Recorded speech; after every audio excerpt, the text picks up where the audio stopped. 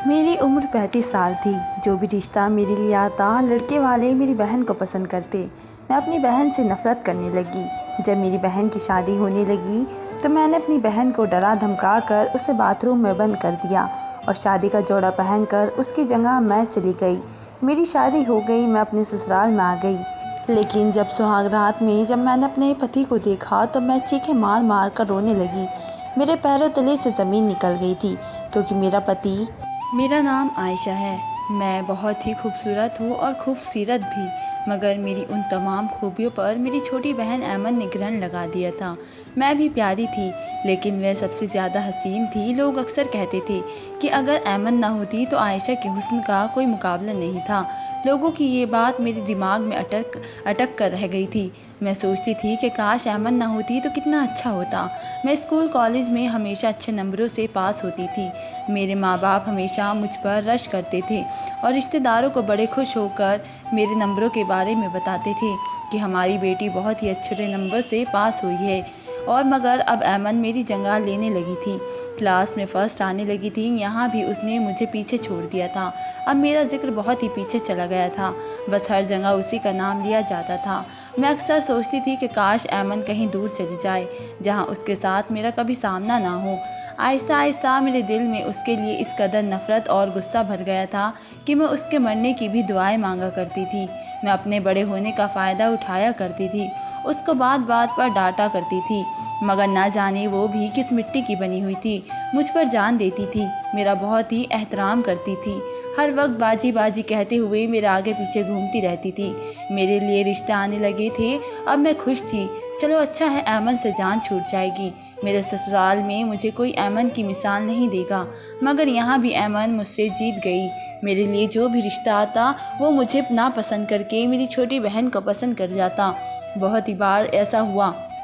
तब मेरी फुप्पो ने कहा कि पहले ऐमन की शादी कर दो, उसके बाद आयशा की कर देना। पहले तो मेरे पापा नहीं माने, मगर जब मेरी माँ ने समझाया तो पापा राज़ी हो गए।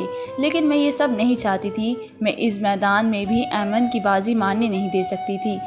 ऐमन सिर्फ 20 साल की थी और मुझसे 15 साल छोटी थी।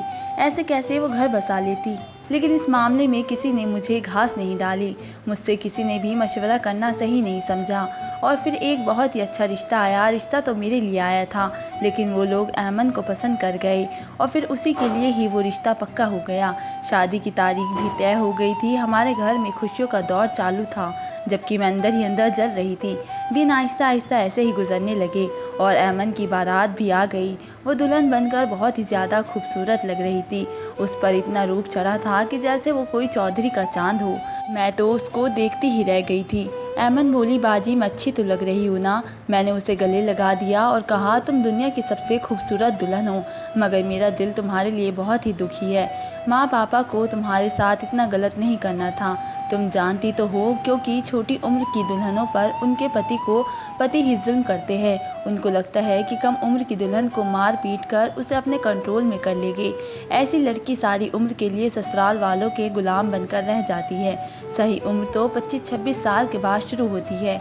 मेरी बात सुनकर ऐमन डर गई। डर के मारे उसका चेहरा सफ़ेद पड़ गया। ऐमन बहुत ही कमज़ोर की दिल की मालिक थी। वो बोली, बाजी अगर आपकी शादी हो जाएगी तो क्या आपका दूल्हा भी आपको मारेगा? मैंने 3 निशाने पे लगाते हुए तो खुशी से झूम उठी। मैं बोली, नहीं ऐसा नहीं होता, मैं तो 35 साल की हूँ, दूल्हा तो मुझसे दबकर रहेगा।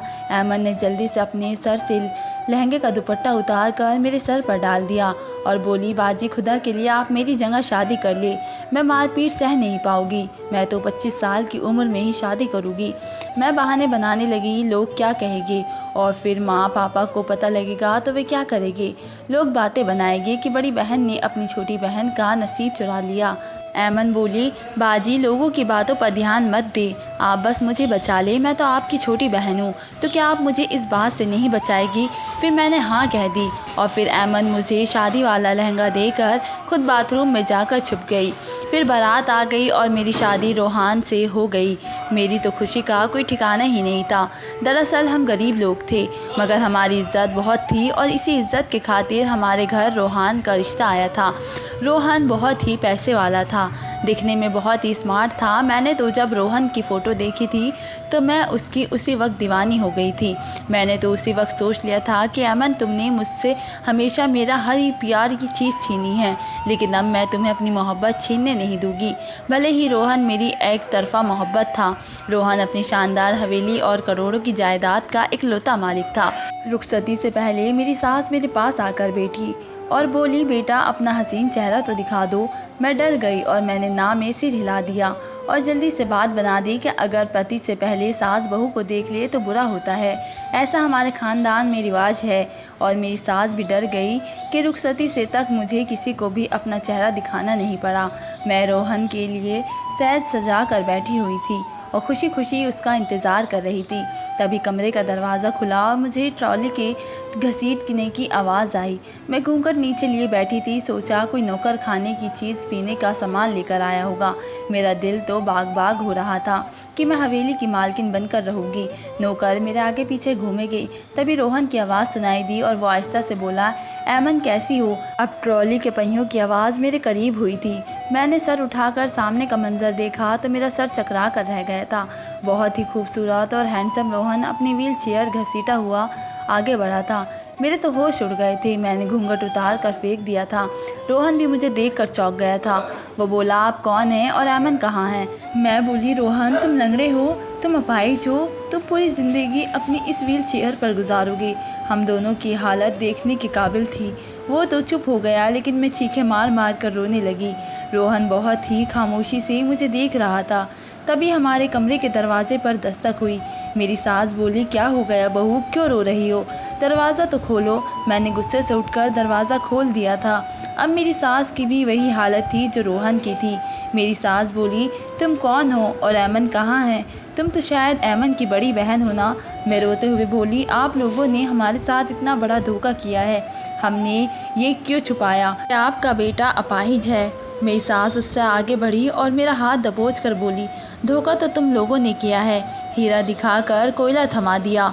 तुम्हें तो मैं देख लूँगी। मेरी सास मुझे हाथ से पकड़कर खींचती हुई बाहर ले जाने लगी। तभी रोहन बोला, माँ एक मिनट रुक जाए।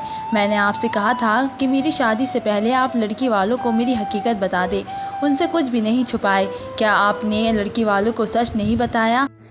आपने धोखाधड़ी का काम किया है, तो अब आपके साथ भी ऐसा ही धोखा हो गया है। तो फिर अब तमाशा मत लगाए, जाए यहाँ से। मेरी सास का बस नहीं चल रहा था, नहीं तो मुझे कच्चा खाई जाएगी।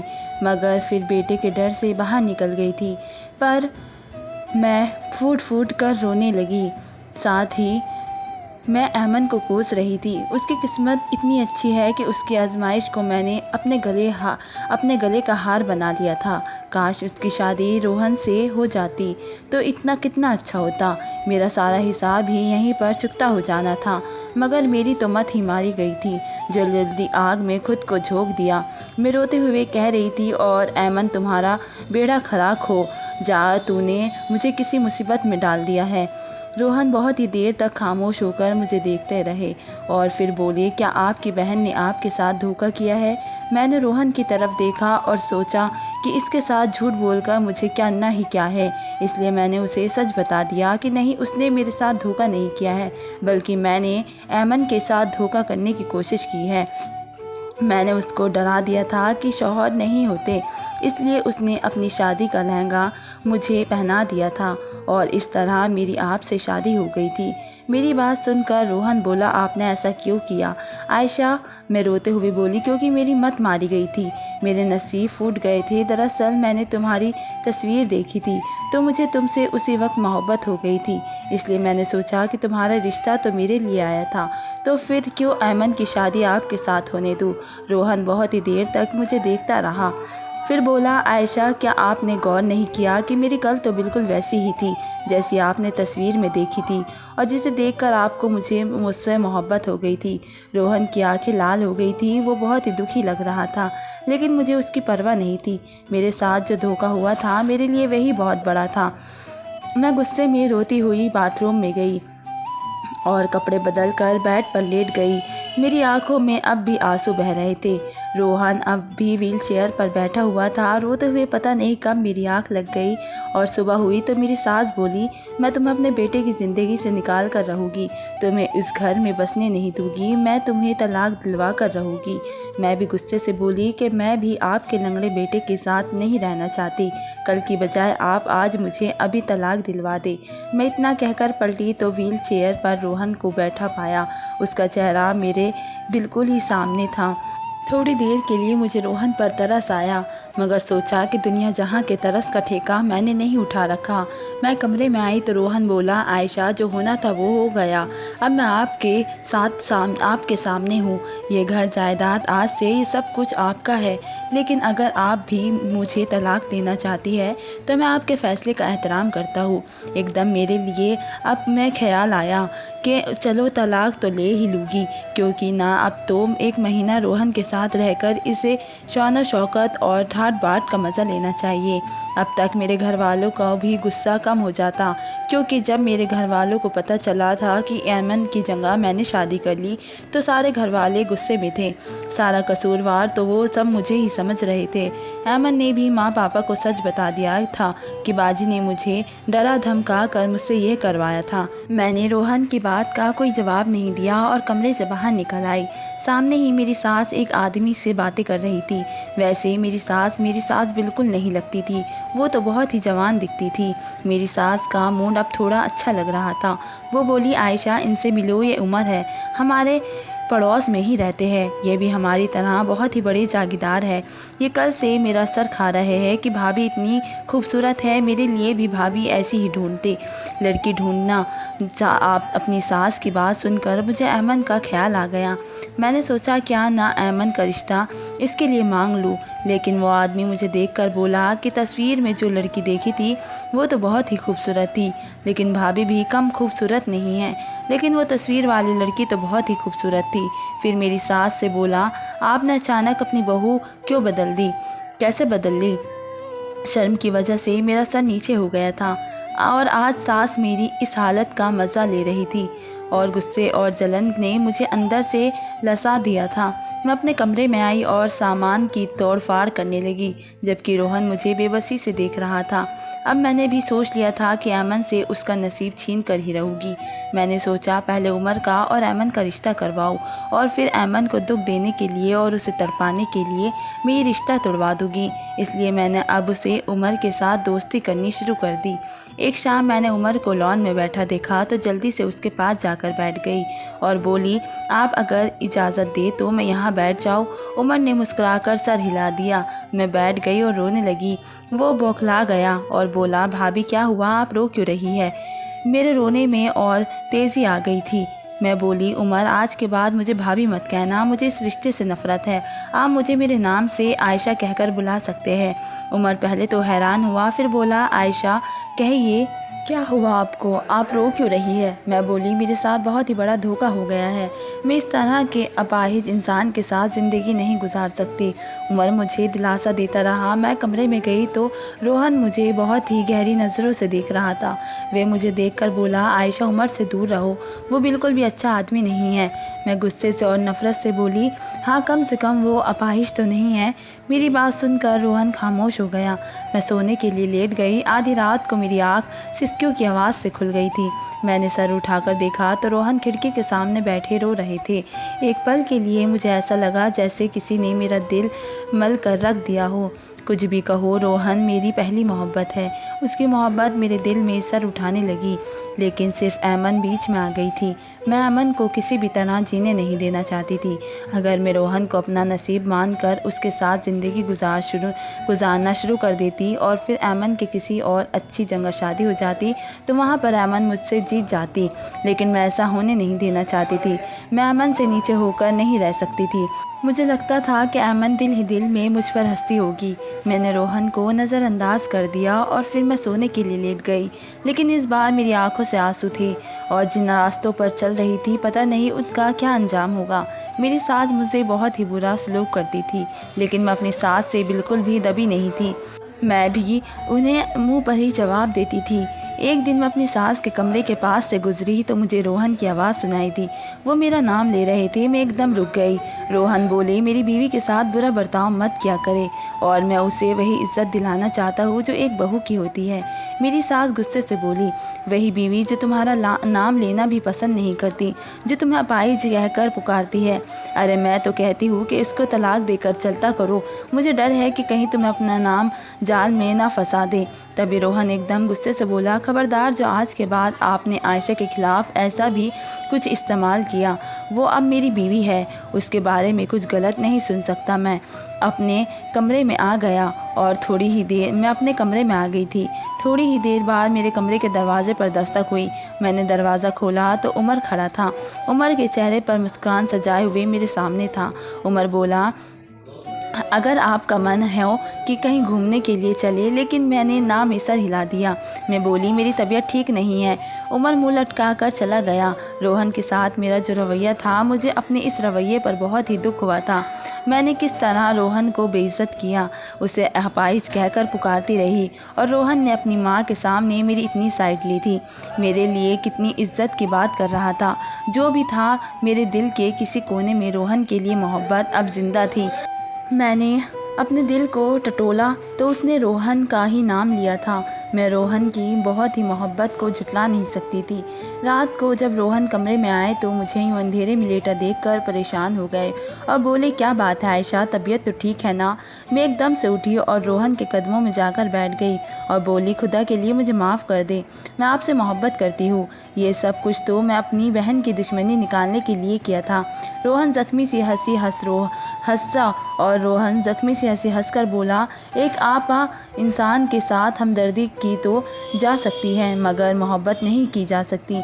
मैं रो रही थी। मैंने सोच लिया था कि मैं अपनी मोहब्बत से रोहन के दिल जीत कर रहूँगी। मैंने जब अपने दिल को टटोला था तो मुझे लगा कि रोहन के बिना नहीं रह सकती। आहिस्ता आहिस्ता मैं रोहन के करीब आने लगी। उसके सारे काम ही करने लगी थी और अपने हाथों से करती थी। रोहन मना करता रह जाता था, लेकिन मैं नहीं मानती थी। उमर अब भी मेरे पास आने की कोशिश करता और कहता कि तुम तो मुझे टाइम ही नहीं देती, लेकिन मैंने उमर को बहुत ही बुरी तरह से डांट दिया था। मैंने कहा, मेरा टाइम मेरे पति के लिए है, गैरों के लिए नहीं। साथ ही मैंने उमर से ये भी कहा कि आज के बाद तुम मुझे नाम लेकर नहीं पुकारोगे, बल्कि मुझे भाभी कहकर ही बुलाया करोगे। उमर पहले तो हैरान हुआ और फिर खामोशी से चला गया, लेकिन अभी उमर मेरा पीछा नहीं छोड़ना चाहता था।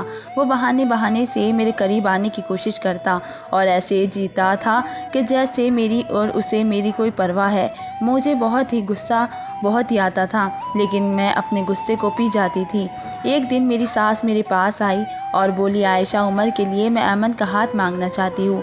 ऐमन कितनी खुश रहेगी और उमर के साथ, मगर आयशा तुम दिल मत छोटा करना, अपनी अपनी किस्मत होती है। ऐमन के हिस्से की जो खुशियाँ है वो तुम मुझसे छीन नहीं सकती। इसलिए कहकर मेरी सास चली गई थी, जबकि मैं सोचती रह गई थी कि मेरी सास मुझे फिर से क्यों उकसा रही थी, ऐसी बातें क्यों कर रही थी और जिसे सुनकर मुझे गुस्सा आ जाए। जब भी ऐमन का नाम मेरे सामने आ जाता, मेरा दिल तड़प उठता था और मैं गुस्से से भर जाती थी। फिर मुझे भी कुछ दिखाई नहीं देता था, लेकिन मैं रोहन की खातिर अपने गुस्से को दबाने लगी। मुझे मेरी सास बार बार भड़काती, लेकिन मैं अपना गुस्सा दबा जाती।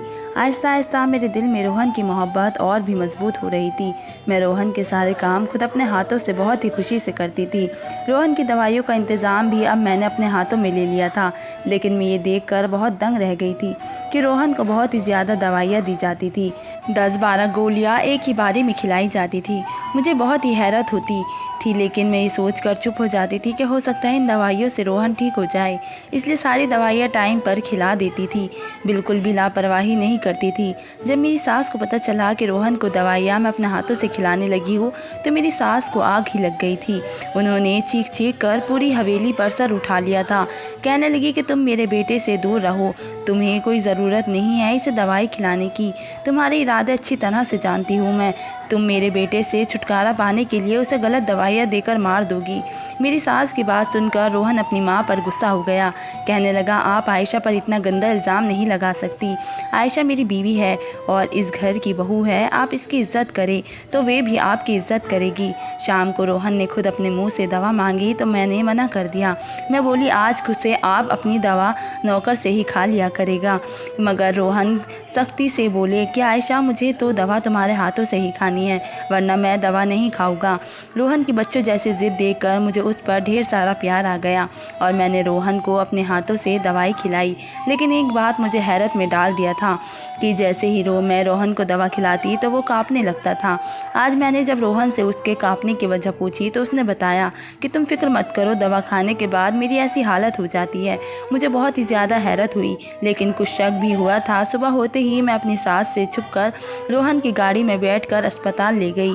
मैंने रोहन की सारी दवाइयाँ डॉक्टर को दिखाई और पूछा कि ये दवाइयाँ किस लिए हैं, और डॉक्टर ने जो बात मुझे बताई उसे सुनकर मेरे सर पर आसमान गिर पड़ा था। डॉक्टर ने बताया कि यह दवा तो बहुत ही ख़तरनाक है।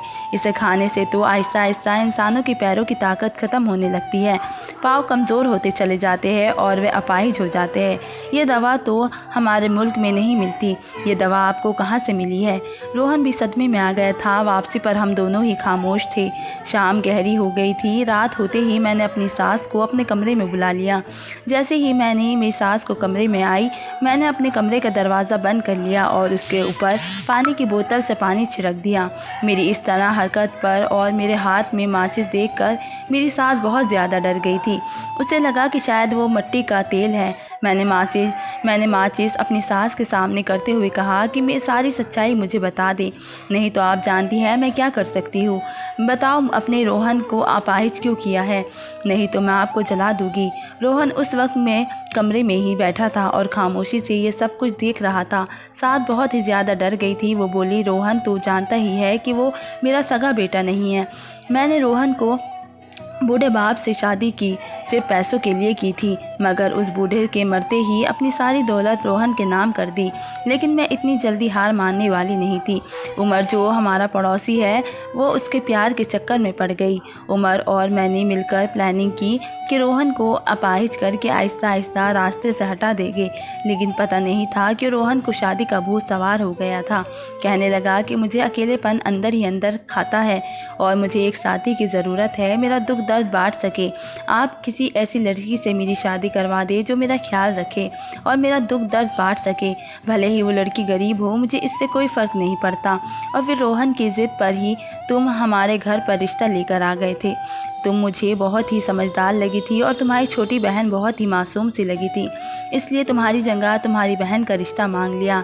सोचा था कि उसे भी डरा धमका कर अपने काबू में रखोगी, और जब रोहन को हम अपने रास्ते से हटा देंगे तो ये सारा इल्ज़ाम हम तुम्हारी बहन ऐमन पर लगा देंगे।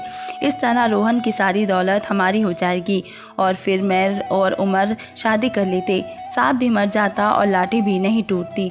मगर आयशा, तुम तो बहुत ही होशियार निकली। अगर तुम्हारी जगह ऐमन इस घर में बहू बनकर आती तो वो इस राज तक नहीं पहुंच पाती। अपनी माँ की सारी बातें सुनकर रोहन ने पुलिस को फ़ोन करके बुला लिया था। उसने अपनी सौतेली माँ और उमर को पुलिस के हवाले कर दिया।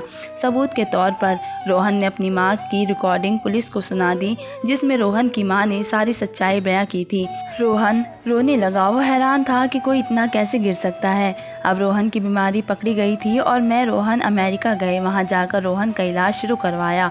डॉक्टर को उम्मीद है कि रोहन जल्दी ही ठीक हो जाएगा। मैंने रोहन की खिदमत करने में कोई कसर नहीं छोड़ी।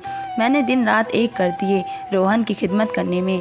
आहिस्ता आहिस्ता अब रोहन चलने भी लगा था। मैं रोज़ रात को रोहन के पैरों की मालिश करती हूँ, उसे हाथ से पकड़कर चलाने की कोशिश करती हूँ। मैंने ऐमन को भी माफ़ कर दिया, उसकी तरफ से अपना दिल साफ़ कर दिया था, क्योंकि जो कुछ भी होता था उसमें ऐमन की कोई गलती नहीं होती थी। वो तो बहुत ही मासूम सी थी, उसका कोई कसूर नहीं था। और मैंने जैसे ही ऐमन को माफ़ किया, ऐमन की तरफ से अपना दिल साफ़ किया, मेरे दिल को बहुत ही सुकून मिला था। रोहन भी अब मुझसे बहुत ही मोहब्बत करता था। जल्द ही और हमारी ज़िंदगी में अब कोई दुख ही नहीं आएगा। रोहन ने और मैंने अपनी शादीशुदा ज़िंदगी की शुरुआत कर ली थी। अल्लाह करे कि हमारे प्यार को किसी की भी नज़र न लगे। अगर आपको हमारी कहानी पसंद आई हो तो वीडियो को लाइक करें, चैनल पर नए हो तो चैनल को सब्सक्राइब ज़रूर करें। धन्यवाद दोस्तों।